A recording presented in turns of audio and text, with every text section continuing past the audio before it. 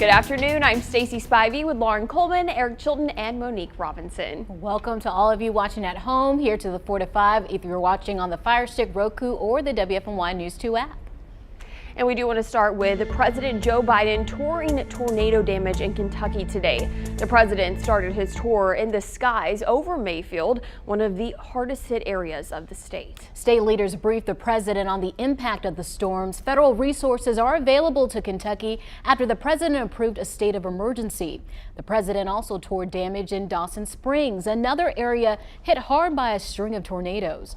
The president finished his tour with remarks on his administration's response to the storms. One of the tornadoes that tore through Kentucky was on the ground for about 200 miles. There may be things available that would be helpful 6 weeks and 6 months from now that you're unaware of. And so I've instructed my team to make you all aware of everything that is available from a federal level.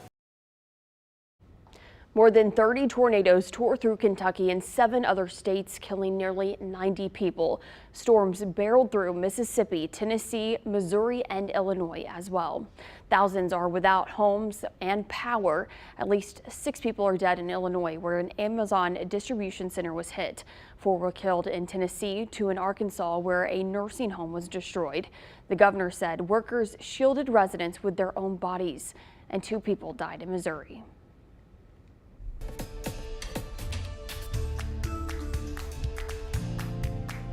Yadkin County School Superintendent Todd Martin has a message for parents after a gun was confiscated from a student at Forbush Middle School yesterday. Officials say students reported the gun to a teacher who then alerted school leaders and the SRO. The gun was confiscated and no one was hurt. The superintendent said the student did not make any threats towards students or staff. Superintendent Martin says it's important for parents to talk to their kids. Because of the ongoing pandemic, you know, we've seen people struggle with mental health, and our students are no different. And so we've hired additional guidance counselors in our schools to make sure that our students have someone they can go to, who they can trust to talk to if they have problems or have some things that they need to just get off their chest. Just down the street, the Forbush High School community is dealing with a loss of their own after a teenage girl was shot and killed by a peer. In November, police found 17-year-old Nora Smitherman shot to death at a house on Gospel Way Church Road. Later, police charged a 17-year-old boy, also a Forbush High School student, with second-degree murder in her death. The case is in juvenile court and the North Carolina SBI is involved. Guilford County Schools employees will get their bonuses that they were hoping for. Last night, the school board approved a plan to give $1,500 bonuses to all employees except for principals and assistant principals who previously received bonuses. The district's lowest paid employees will receive an extra $500. The district says this money will come from the Emergency School Relief Fund, but the Department of Public Instruction has to sign off on it before it's final. Another decision district leaders made, keeping face masks through January. Guilford County and Winston-Salem Forsyth County schools voted to keep masks in place for students and staff.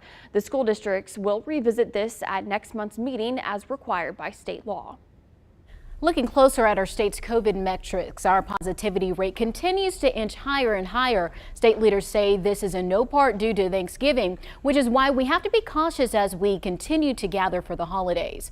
Our state confirmed more than 3,700 cases in the past 24 hours, and our positive test rate is at 9%. In Guilford County, our single-day positive rate is up to 10.6%, and our 14-day average has hit 8%. Duke's men's basketball game against Cleveland State Saturday night is canceled. CSU put a temporary pause on athletics because of COVID safety protocols. Duke is now searching for an opponent to play Saturday. Anyone who had a ticket for Saturday's game will hear directly from the ticket office about the next steps. Yeah, it is National Signing Day. That is a huge day for high school students. They get to officially choose where they want to play at the next level. Quite a few triad players taking the pen to paper today. WFMY News 2's Amanda Ferguson tells us about one of those big recruits. When you're a five-star recruit, you can pretty much choose where you want to play college ball. That was the case for Grimsley defensive tackle Travis Shaw. Back in August, he committed to North Carolina, and today he makes it official. Why become a Tar Heel? Well, Travis says he got an offer in 8th grade. Then Mac Brown took over the program a few years later and offered him again. He says the love and want from the Tar Heels never faded, and that made him feel like home. Ever since I committed, I just couldn't, ever since that point, the very next day I was ready to get down on camp, so, I mean, it's just an unbelievable experience, so ever since I committed, I just been ready to get on camp, ready to get the ball rolling, ready to prove all my doubters wrong, ready to just, turn the whole football program around. You can see his fellow teammate next to him, Grimsley quarterback Alonzo Burnett. He signed today, too, to play for James Madison. Plus, a few more Triad players signed today. We'll talk more about them coming up on WFMY News 2 at 6 and 11 tonight. Let's get to your 4 to 5 roundup. Former Minneapolis police officer Derek Chauvin changed his plea on a federal civil rights charge. Chauvin pleaded guilty to charges of depriving George Floyd of his civil rights. Federal prosecutors told the judge that as part of a plea agreement, Chauvin would plead guilty to 1 count of violating George Floyd's civil rights and 1 count in a separate incident involving a neck restraint used on a teenager in 2017. Prosecutors say they will ask for a 25-year sentence served in federal prison. Chauvin is currently serving a state prison sentence following his conviction for Floyd's murder. Congress has voted to raise the debt ceiling by $2.5 trillion. The nation's current debt ceiling is $28.9 trillion. Expenses such as Social Security and Medicare, interest on the debt, and COVID relief packages have driven that debt higher. Tax cuts from previous presidents has contributed to the rise as well. The bill now waits for President Biden's approval. And we want to thank you for helping us give the gift of life at WFMY News 2's Holiday Blood Drive yesterday. Thanks to you, 299 donations were collected. That's enough to save 897 lives. It's not something we could have done without you. Thanks so much. Well, there's no complaints in the Weather Center this Wednesday. Our radar staying completely dry. You can see our satellite radar not picking up on any cloud cover. Earlier today, we had one little blip of a cloud kind of sticking its way around, but then by the afternoon, things cleared, giving way to much sunshine. When I zoom out to a wider view, there's much active weather occurring in other locations across the nation, not here at home, but some winter weather and even some severe weather that's drawing all eyes close here to portions of Iowa. You see this line of storms extending now through Nebraska and Kansas and southern portions of South Dakota. This line of storms is going to have all eyes glued to it as we continue through the night, as the Storm Prediction Center does have a moderate risk. That is level 4 for severe weather for Iowa for tonight. So as we think about the month of December, this is a record breaker. Iowa has never in the history of weather seen a moderate risk for severe weather in the month of December, and that's what they're seeing today. So definitely all eyes glued to Iowa. Here at home, things are much quieter, and as we look to the skies, these blue skies are going to be going away as that sunset is just roughly in an hour. That current temperature at 56, and my forecast for tomorrow calls for a warmer temperature than today. Can you believe it? You'll be able to wear more short sleeves outside in the month of December, but it's in the forecast. I'll have more details on it coming up. Monique, thank you. Well, Christmas is just 10 days away. While many of us are rushing to get last-minute gifts, other families are trying to figure out how they're going to make Christmas happen this year. But for the 3rd straight year, the Greensboro Swarm is making sure families don't have to stress about whether Santa will slide down their chimney. WFMY News 2's Jalen Gilkey went out to Academy Sports and Outdoors to join in on the giving. Sounds like fun, Jalen. It was a whole lot of fun, Stacey, but we know that Christmas can be a difficult time for many families, so the Greensboro Swarm and Academy Sports and Outdoors are bringing the holiday spirit by donating to a local organization and doing their part to relieve some of that Christmas pressure for 32 of our local families. It's something that we strive to do all year, but really around the holiday season, it's one of those things that's really exciting for us as a company. It's really exciting for me personally to be able to know that we are helping families in the local communities where we're located. Usually families are joined by the Swarm players as they go on shopping sprees. However, this year is a little different due to the NBA's health and safety protocols. Players hand wrapped each and every gift that will be received and even attached a personalized message for the kids as well. It's just great, and it's great to have partners like the Greensboro Swarm who really kind of allow us to amplify everything that we're doing and just bring the focus to those in our community that could use a little help this time of year. And if you want to take a peek at those personalized messages, I'll attach a link in this web story on WFMYnews2.com. This actually made me think about a Facebook post that I saw recently from a social worker saying, you know, just to make sure that families are really conscious about what other families can give. And maybe sometimes you should label gifts a different way, maybe put, you know, from mom and dad on those bigger items to help kids out that might not have as much as some other kids, if that makes sense. Yeah, it's difficult, especially as a parent, to think about kids not having enough of anything, really. And so when you hear stories like this in any way that all of us can help out, and sometimes it's small, right? It doesn't have to be a giant gift. If we can all just do something small and help out some of those kids. It's the kid thing that always touches me a lot. Yeah, absolutely. It's really going to be impactful for parents to help lighten that load. I think the messages part of this is so cool as well, especially if they're a fan of some of those players, to just wake up that morning and see what they had to say to them. It could probably be really encouraging, especially since we know the last 20 months or so have been rough for everyone. Yeah, it's just really cool to see the organization step up, to see one of our local businesses step up as well to make some kids' Christmas come true. And Jalen, all these players hand wrapped each gift. I'm Yeah, impressed they by look, that. They look terrible. I'll bet they did. Well, thank you, Jalen, for that story. We'll be right back. Thanks.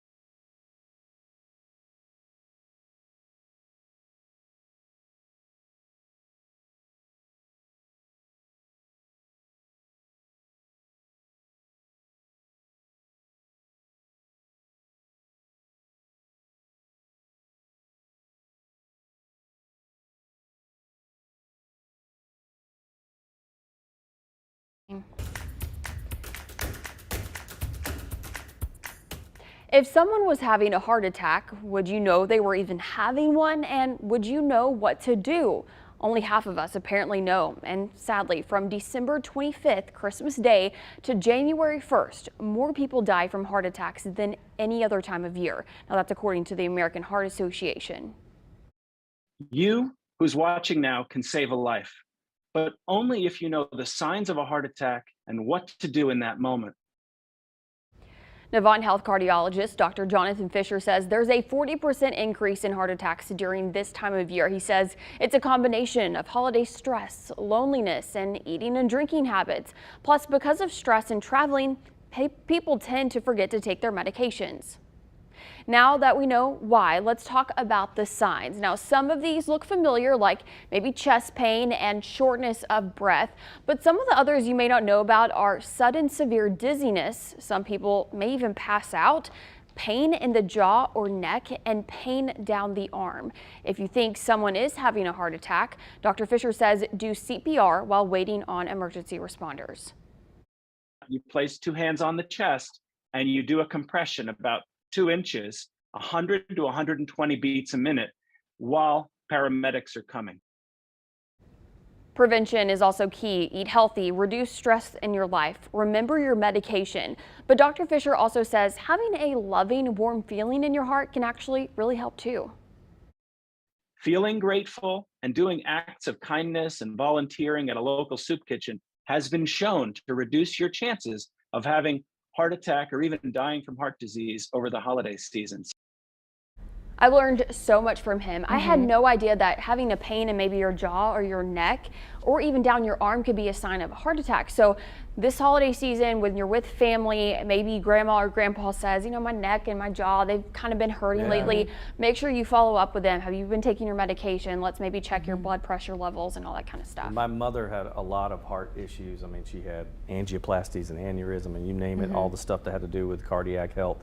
And so as a result, I've always been worried about that. You know, I get checked out and do scans and that type of thing whenever I can. But that sign, the left arm thing, she said she had just started to feel that occasionally, and she went to the doctor and they rushed her into the emergency room and said, well, you know what, we're doing a bypass, and she was going in for a checkup. Wow. So it does, you got to pay attention. I have a similar story to share about why you shouldn't wait. If something feels off, make sure you get checked out. Someone I went to church with, he said that his arm had been bothering him. He went throughout his work day and did everything, and the next day it was still hurting. He said, I'm going to the doctor, and they said, sir, you're having a heart attack. Oh my gosh. Oh my gosh. So imagine if he had prolonged going to the doctor, what could have happened? So if something feels off, you know, get it checked out. I mean, the least they can tell you is, hey, no, you're fine. You can go home. So Rather know. You'd rather know. All right, we're coming right back. Stay there.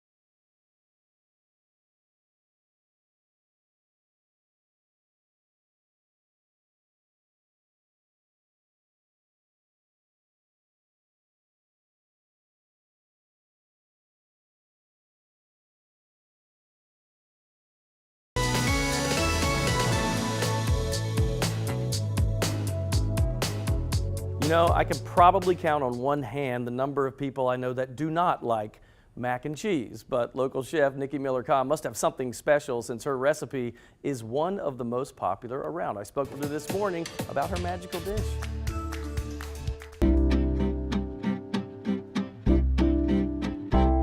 Well, Nikki, this was pretty cool, getting recognized by the magazine. Tell me a little bit about that. So I submitted this recipe as part of the 2021 Thanksgiving package for foodandwine.com, and it was accepted, and the test kitchen tested it out, and it became one of the most popular recipes of the year, and it's barely been out a month. It's been overwhelmingly exciting.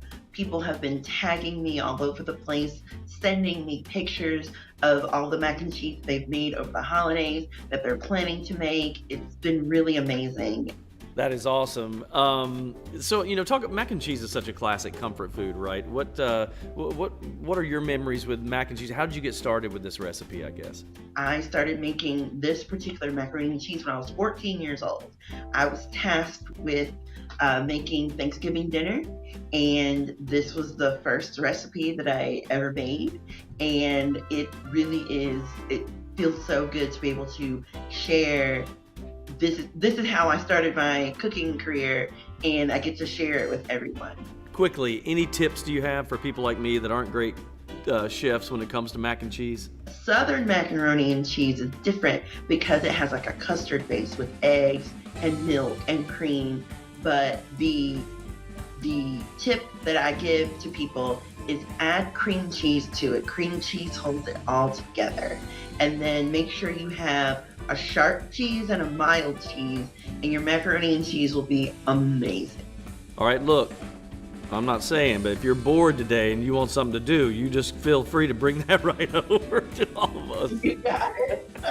Nikki, thank you, sweetie, for taking time today. We appreciate you.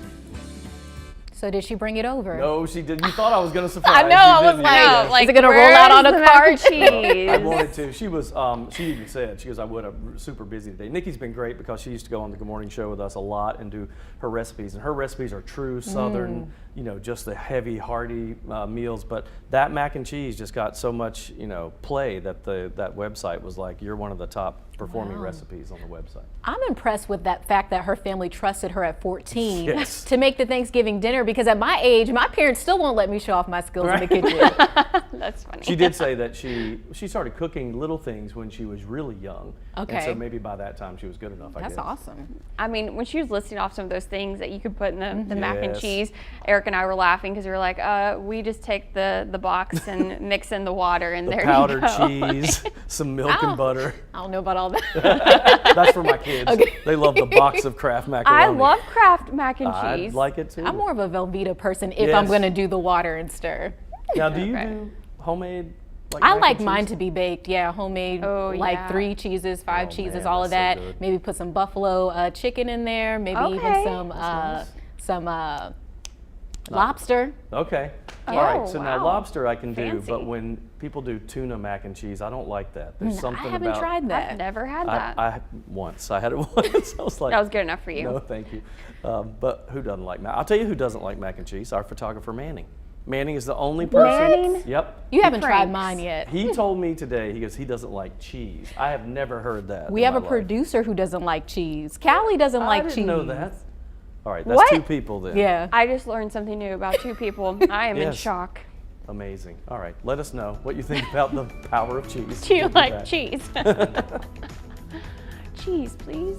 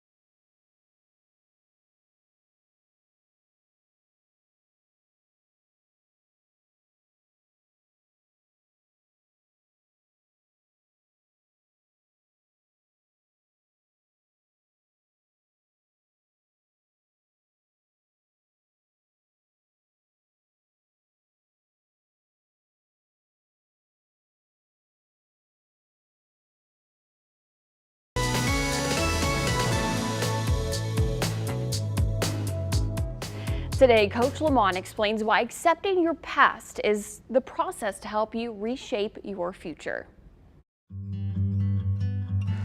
As I reflect over my life, there are many things that I wish I would have done differently. Some things I regret deeply and wish I could go back in time and have a do-over. Have you ever felt this way? The truth is, no matter what mistakes you have made, there is nothing you can do to improve your past. However, you're still breathing and have a great life ahead of you. So even though you can't improve or change your past, you definitely can improve and change your future. Use your past as a playbook to getting it right the next time around. Prevention is the first step to the cure of repeated offenses. Lessons learned are only valuable when you are tested the second time around. It's a brand new day filled with opportunities to begin again. Invest in you and change your future. This is Coach Lamont reminding you to have your best you day. I'll see you tomorrow. Hi, I'm Technical Sergeant Deborah Adkins, currently deployed to the 332nd Air Expeditionary Wing, and I'd like to give a shout out to my husband John Adkins, living in Sumter, South Carolina. I want to wish you a happy holidays. I love you, babe.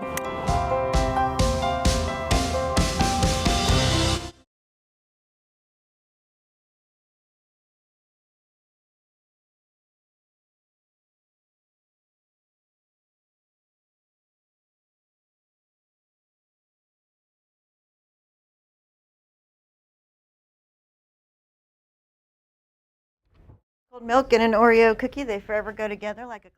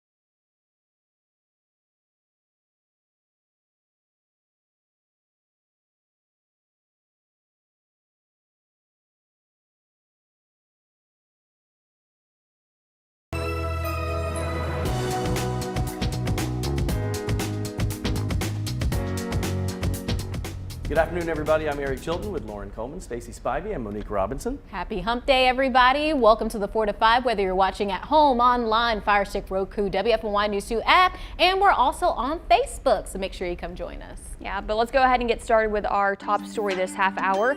Amazon Web Services experienced yet another outage in the last week. The outage was corrected quickly compared to last week's hours-long delays.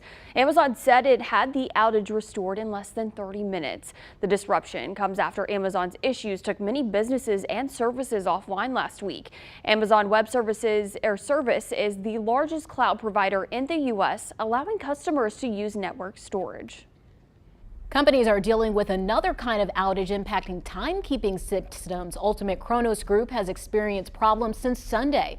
The company is known for timekeeping systems used in payroll for tens of thousands of businesses worldwide. UKG said a ransomware attack hurt the Kronos private cloud. Alrighty then, temperatures across the area today have been just around the mid to upper 50s. But taking a look at temperatures across the nation, there's a sharp contrast between warm and cold air, kind of right extending here between much of the middle part of our country. Now, when you're right in the heart of a real big contrast like this, you can expect active weather. And that's what's occurring here in portions of Nebraska as of now, in Kansas, and going to be trekking its way across into portions of Iowa and even southern portions there of Minnesota and Missouri. So as we go through today, continuously keeping a close eye on this area and certainly praying for family and folks in that area. This cold front sort of making its way across the east, and it's going to be approaching our area as we head towards the weekend, kind of make sort of a stall out and then eventually bring us potentially some small chance of rain, but it looks as though the front kind of stays its way away from us and not really bringing us too much rainfall. So for tonight, temperatures to drop down to about 39, not too shabby. Tomorrow warming up to 66 with partly sunny skies and getting a little bit more cloud cover as we go through the week. I've yet to show the 7-day, but I'll show it before the 4 p.m. hour ends. As we continue through the week though, cloud cover and that 7-day, I'll show it all there for you, including when we can see some rain in the forecast, but not for tonight or tomorrow. We are 10 days away from Christmas. You know what that means. That means it's crunch time when it comes to mailing packages. Yeah, if you want to send your gifts and make sure they reach their destinations by Christmas, that deadline was today. Now, if you're sending with USPS, the U.S. Postal Service, you'll have to send first-class packages by the 17th, priority mail by the 18th, and Priority Mail Express by the 23rd. FedEx shipments can be delivered as late as the 21st if you're using Express Saver, and you can still do two-day overnight same-day shipping up until Christmas Eve. Wow, I didn't know that was possible. You'll have to check the UPS website for ground shipping information, but you can use second-day air and next-day air services up until the 22nd and the 23rd. You may have finished your holiday gift shopping, but have you started planning out your holiday dinner? Turkey is a Thanksgiving staple, but what about Christmas? I asked you on Facebook what makes your Christmas dinner unique and what do you cook that makes it different?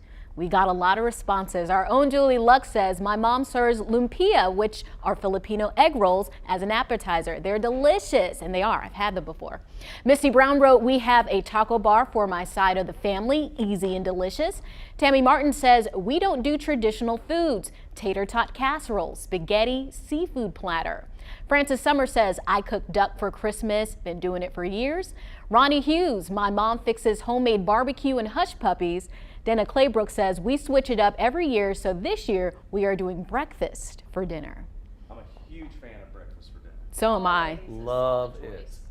The scrambled egg, I love that. In fact, I think we're doing that this week. Oh, that sounds fun. Eggs and bacon, pancakes, that stuff. I make breakfast for dinner a lot. I'll do like a avocado toast, or I'll maybe make an omelet or something like that, make some pancakes. So good. I will say at Christmas, it's kind of like, in my family at least, it's like Thanksgiving part 2. Yes. Okay. Yeah. We still do the dressing and we do ham and turkey both. It's just kind of like all that kind of stuff. Again. Yeah, we do too. It's almost the exact same at our house. Yeah. Almost the exact same for us too. Last Christmas though, my mom fried chicken instead of having turkey and ham, so that was a little bit of a difference.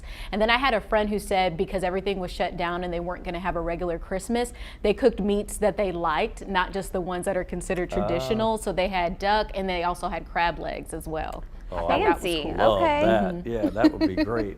I didn't mind. Legs. I didn't mind doing like picking a theme, like some people do, like she said, tacos, or some people do. Yeah, like an I thought that Italian was night. really neat. That seems like something I would do like Christmas Eve. I still like having the traditional-ish Christmas dinner. That made me think though, last year, just because we wanted to change things up, with my husband's family, we did lasagna on Christmas Day. So that sounds good. Can never go wrong with that. Yeah. That's good. Whatever makes your heart happy, right?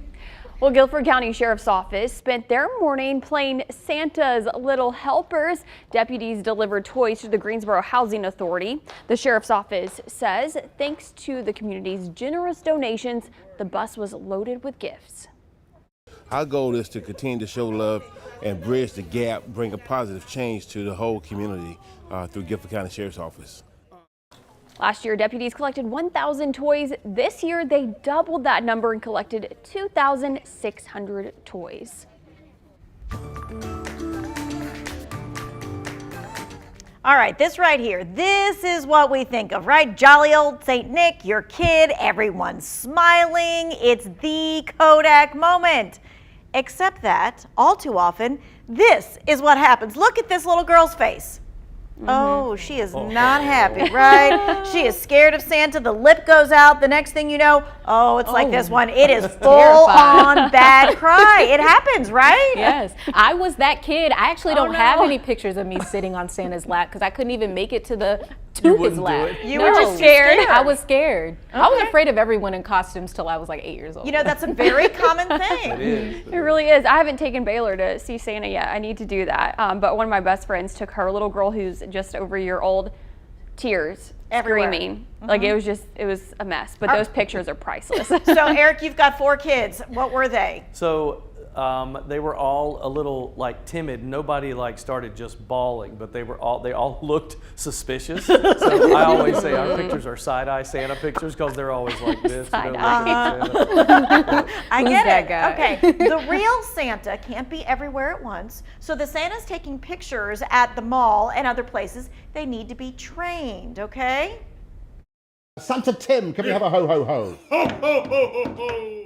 So this is a look at one of the Santa schools. Spreading the magic of Christmas has rules. The questions to ask, the questions not to ask, and also, how do you do an authentic Santa chuckle?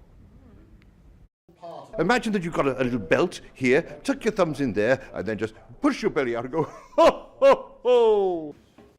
I didn't know if anybody wanted to try it out. Okay, so there's a trick to everything, even being a Santa helper this time of year. Oh my gosh, I love it. That is great. I love how like they had different names. He was like Santa Tim. Right, yes. Santa Eric. Santa Chilton. Right, we know for sure who the real Santa is, but then there's the, the Santas in training. Okay, so now not everyone is able to get up close with Santa, or they want to get up close with Santa. So take a look at this. You can always schedule a Zoom type or virtual visit with the jolly old elf. A Santa video visit service launched in 2020, and you can imagine this went over really well, right? In 2020, you can customize your experience. The packages go from like $39 to like $74. It can be live Zoom type-ish, or it can be a pre-taped message.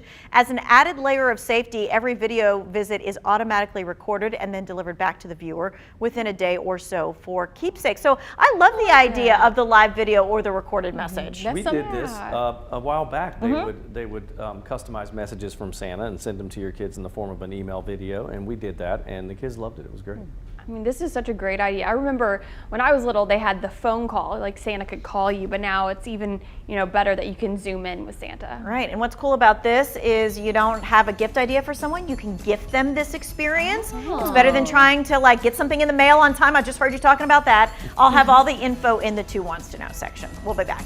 Oh.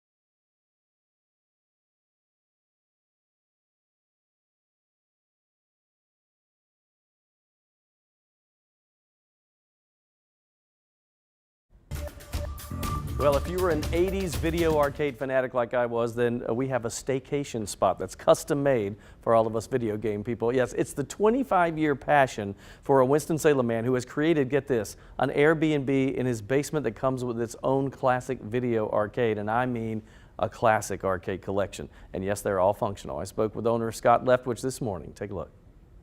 Your quest awaits.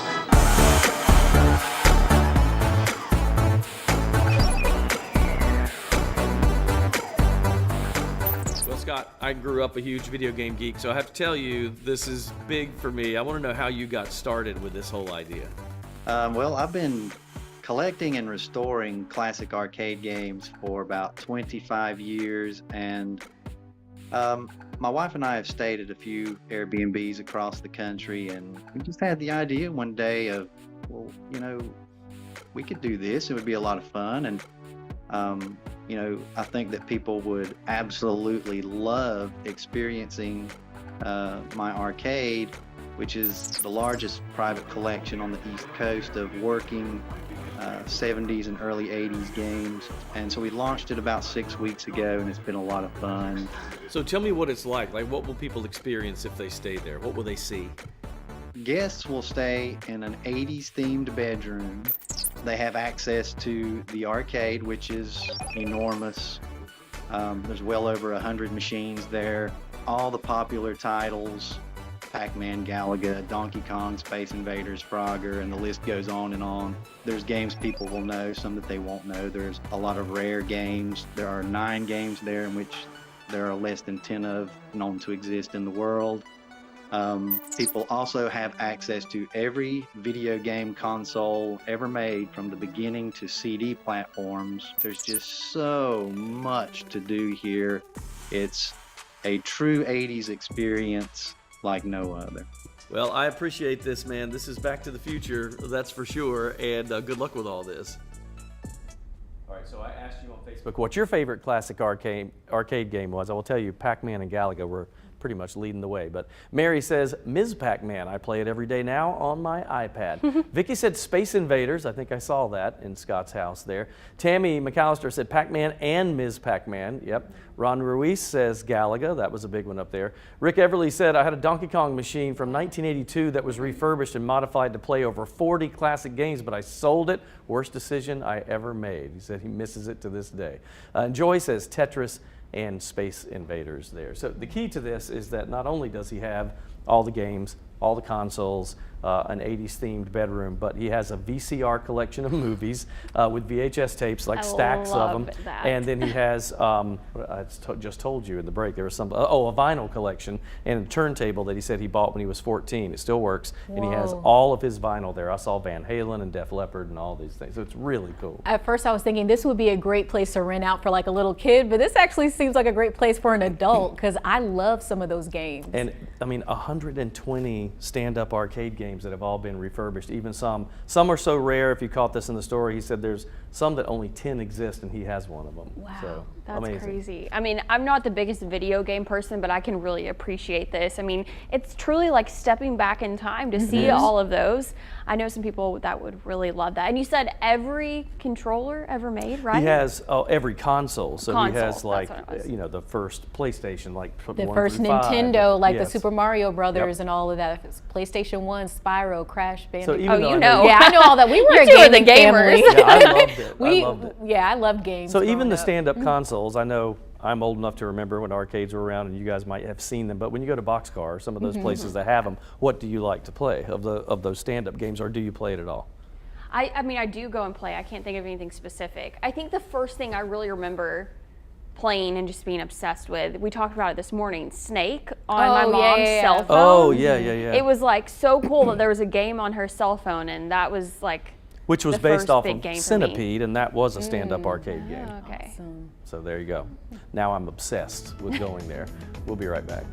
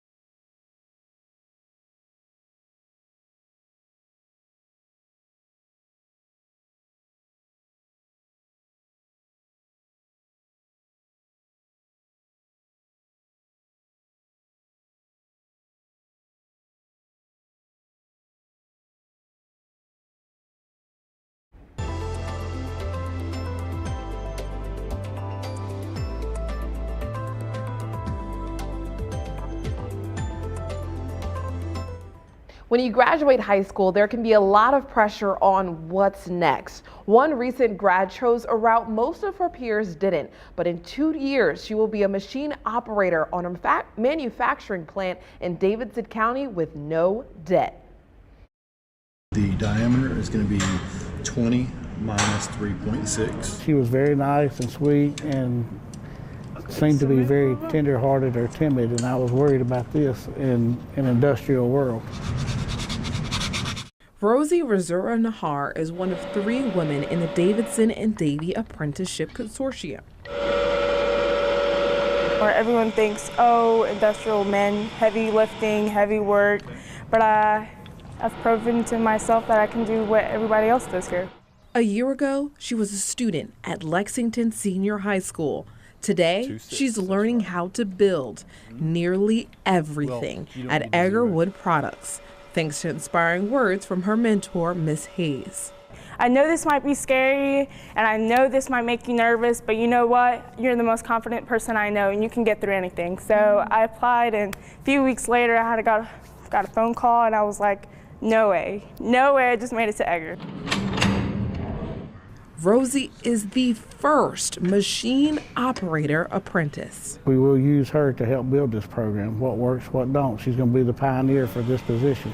Rosie says some tasks are scary at first. Especially that lathe. You see that lathe and you see it turning on and it's running. Program manager Jay Jenkins wants to help Rosie get across the street, working on the plant. I told my wife, I said, I want to make sure I teach them everything I know before I die. That's my goal in life. 6 months on the job, Jay now calls her Sparkling Rosie. The reason why I'm here today is because you were recognized as a phenomenal woman in this program. Do you see Rosie as a phenomenal woman? I do.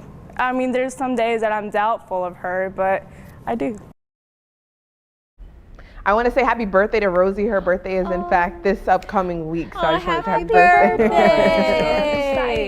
I love the fact that you don't hear about like mentor apprenticeships that much anymore. I mean, yeah, you have some people to help you with your career, but to truly bring you in, teach you a trade, and walk you through the paces, that's not that common. I was going to say a trade is a great avenue to take if you're not sure if you want to go to a 4-year school yet, because you get skills very quickly, and then you there's such in high demand. There's so many different jobs you can do once you leave that program. My dad used to say there'll never not be a need for a carpenter. You know Absolutely, what I mean? yes. And they get paid while they're doing it too. Do. So they're not just, going and learning the skills. They're getting paid while they're doing. They're even paying for their education because they get a certificate afterwards. Some do a 4-year program where they actually get a college degree at the same time. So they're paying for all of it. So like I said, you don't have debt when you finish, and you already even have a full-time job. Yeah, debt-free is a win. Yeah, that's why I think it's so important that schools don't just focus on college readiness, but there are other avenues where you can make really good money, and there are different jobs that are out there that really need people. So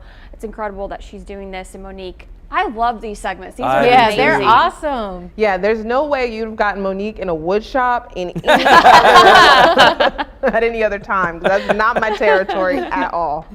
Well, you did a great job. That's when it'd be Mo on the stop. I am not going any further. All right, we're coming right back. Stay right there.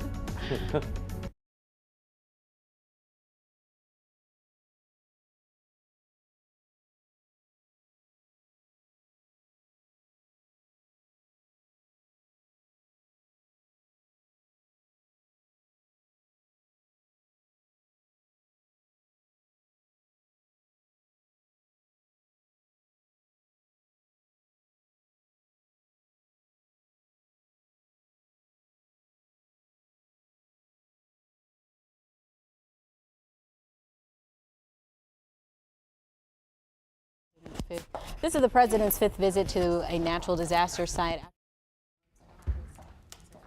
Timothy. Hello. Hi, Jeffrey. 1, 2, 3. If you join the IDs later on, I will be doing all of them except for the first one. The first one's always Tim.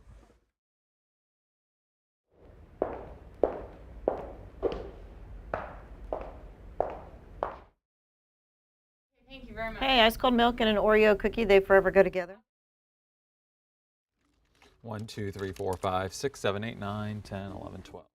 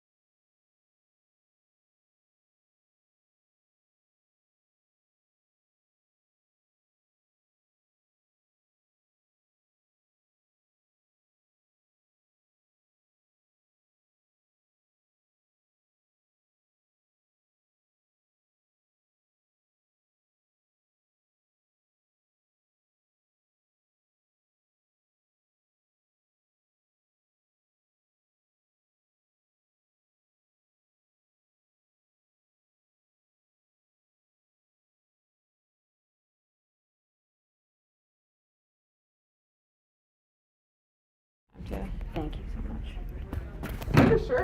Thanks. I got it at Express last year. Mic check, 1 2 1 2. I'm just putting it on.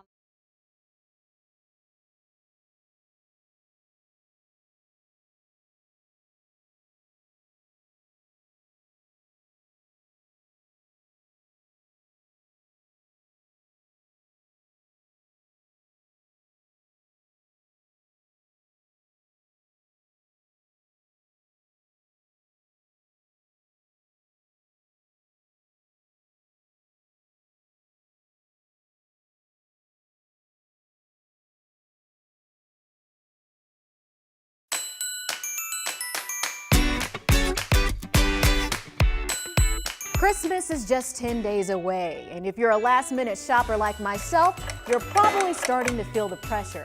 Sometimes I have trouble finding the perfect gift for my loved ones. I want it to be something meaningful, something they will find useful. Too many times have I gone out and spent tons of money on gadgets and clothing items that go unused or still have the tag on them. A Consumer Reports article says experiences make the best holiday gifts, and studies show quality time with family is worth more than a toy. It turns out most people don't care about gifts. A CBS News poll found 73% of people thought spending time with friends and family was the best aspect of the holiday season, while 4% said giving and receiving gifts was the best part. Gifting a cooking class or a painting workshop can make for a great experience you can share with your loved ones. Acts of service can make for great gifts. Help someone with a task they've been putting off or wouldn't spend time on themselves. Give the gift of relaxation.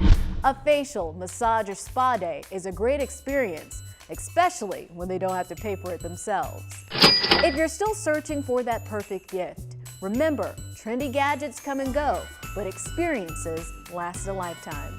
That's my 2 cents. That's your 4 to 5. WFNY News 2 at 5 starts now.